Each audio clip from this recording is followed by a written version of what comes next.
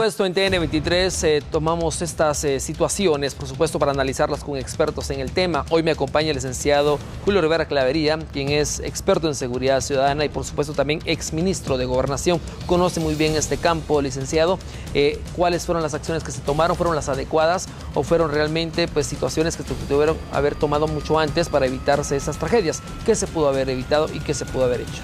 Mire, yo creo dos cosas, básicamente. La primera es que la mesa de crisis tuvo por objetivo, primero, que la policía empezara a dimensionar cuál era realmente el problema en la etapa 2 para ver el recinto propiamente, cómo penetrarlo, pues, qué fuerzas utilizar, qué maquinaria o utensilios para poder entrar, qué estrategias y qué tácticas iban a tener.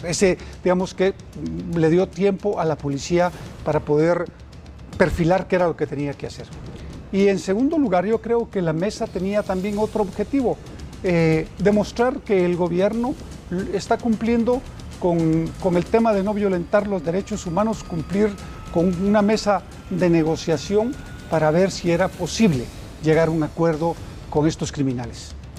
Resultado, no fue posible, se dio la toma de la etapa 2, fue un operativo positivo de la policía, porque al final pues se logró el objetivo de retomar el control del centro a costa de la vida de varios monitores, 4 en este momento y posiblemente otros 2 que a saber si van a quedar vivos o en qué condiciones van a quedar.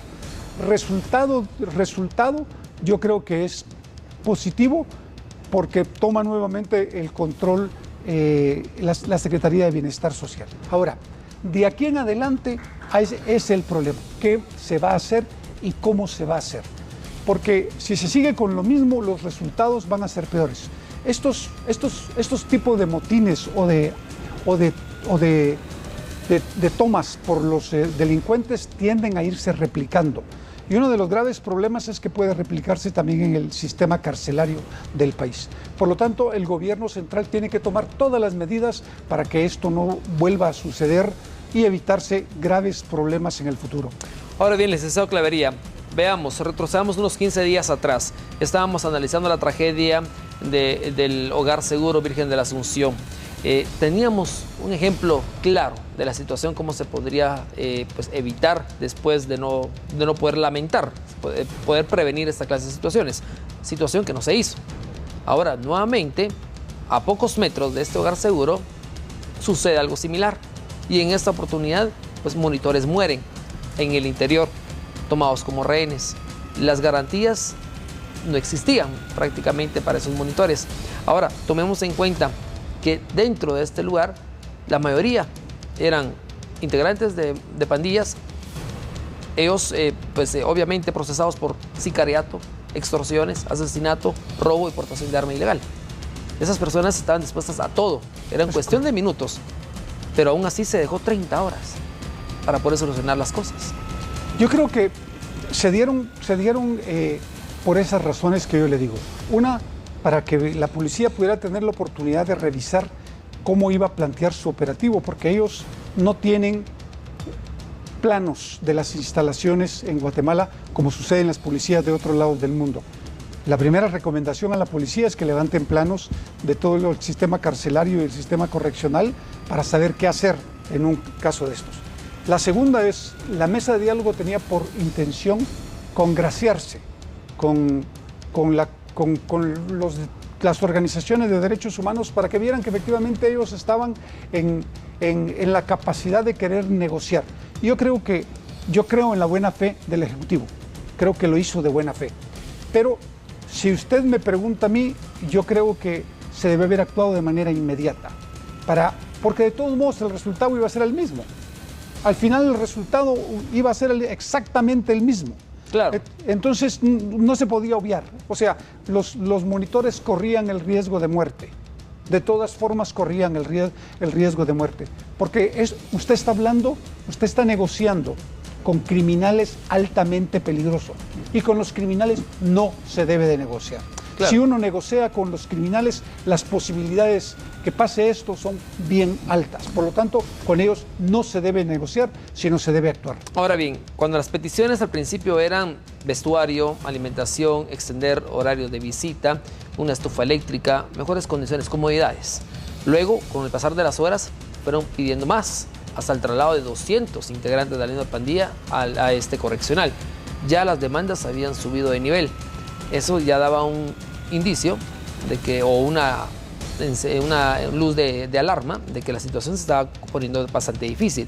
De hecho, era cuestión de minutos porque se tenía planificado, según la Policía Nacional Civil, que a las 6 de la tarde los asesinaran a los 4, si no se tomaba la decisión antes. La jueza había indicado que tampoco iba a trasladar a las personas. Entonces, había muchas situaciones en las cuales ponían en peligro a los monitores.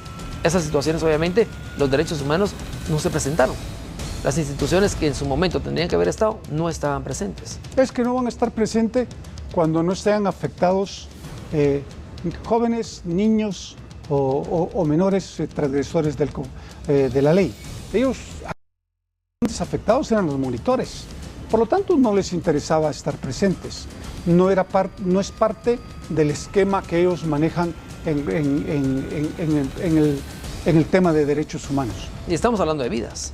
Es correcto, estamos hablando de vidas. Ahora, lo que sí yo creo es que posiblemente esto tiene que servirle también de lección a la policía, porque la policía sí tiene toda la información. La policía sabía exactamente que negociar con la Mara 18 era imposible. Eso cualquiera que haya trabajado en la policía o en cualquier agencia de seguridad pública de este país lo sabe. Por lo tanto, no había necesidad de alargar tanto ese tiempo, sino de manera casi que inmediata haber penetrado ese correccional y tomar el control y aislarlos. Ahora bien, licenciado, ¿qué pasa después? Hablamos de la liberación de estos monitores, trasladan a los monitores vivos aún, pero uno se muere en el camino, luego pues en la madrugada se muere otro, pero en la noche inician los ataques en respuesta a estas situaciones, donde ahora se lamenta también el fallecimiento de 3 oficiales de la PNC. Las personas en Guatemala se estarán preguntando, bueno, ¿qué viene después? Ya atacaron a los monitores, atacaron a las fuerzas de seguridad, se mantiene la alarma, la alerta a nivel república por parte de las comisarías de la Policía Nacional Civil ante amenazas de ataques. ¿Qué viene después? ¿Qué puede suceder?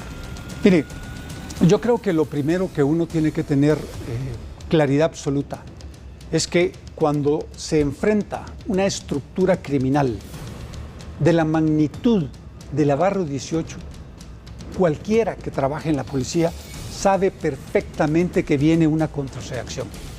Y por lo tanto debieron de haberse tomado todas las medidas necesarias para prevenir a los agentes y mantener una alerta roja en todas las comisarías para evitar que efectivamente hubieran muertos.